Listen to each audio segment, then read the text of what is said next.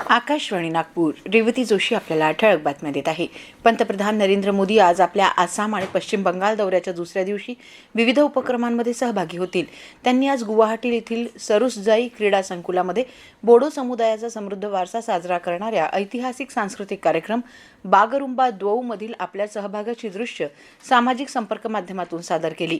पंतप्रधानांच्या हस्ते Kaziranga elevated corridor प्रकल्प उभारणीला सुरुवात होईल. ते कोलकाता येथे नव्या 2 अमृत भारत जलद रेल्वे गाड्यांना हिरवी झेंडी दाखवतील. तसंच त्यांच्या हस्ते सिंगूर इथे 850 कोटी रुपयांच्या प्रकल्पांचं उद्घाटन होईल. केंद्रीय संरक्षण मंत्री राजनाथ सिंग आज नागपुरातील इकॉनॉमिक्स एक्सप्लोजिव्ह या कंपनीला भेट देतील. कोंढाळी मार्गावरील शिवा सावंगा इथे ही कंपनी असून सुरक्षा यंत्रणा सज्ज करण्यात आली आहे. या संपूर्ण परिसरात नो फ्लाय झोन जाहीर करण्यात आलाय. 77व्या प्रजासत्ताक दिन सोहळ्याच्या भव्य संचलनात महाराष्ट्राचा चित्ररथ गणेशोत्सव आत्मनिर्भरतेचं प्रतीक या संकल्पनेतून राज्याची परंपरा आणि आर्थिक शक्तीचं दर्शन अवघ्या जगाला घडवणार आहे. एकूण 30 चित्ररथांपैकी महाराष्ट्राचा चित्ररथ आकर्षणाचं केंद्र ठरणार असून लोकमान्य टिळकांनी सार्वजनिक गणेशोत्सवातून जी सामाजिक क्रांतीची बीज पेरली ती चळवळ आज आधुनिक भारताला आत्मनिर्भर बनवते याचं प्रभावी चित्रण यात पाहायला मिळेल.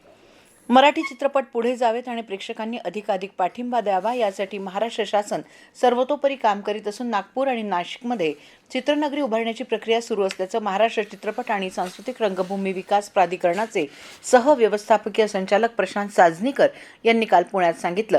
पुणे आंतरराष्ट्रीय चित्रपट महोत्सवामध्ये चित्रपट परिसंस्था या विषयावर आयोजित चर्चेमध्ये सावनीकर बोलत होते.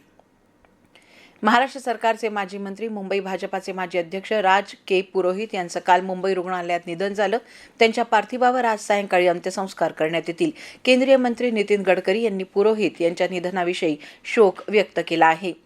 भारत आणि न्यूझीलंड दरम्यान 50 षटकांच्या मालिकेतील निर्णायक तिसरा सामना आज इंदूरमधील होळकर मैदानावर खेळला जाईल.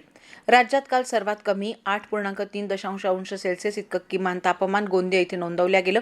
त्या खालोखाल नागपुरात 10.2 अंश सेल्सिअस तापमानाची नोंद झाली.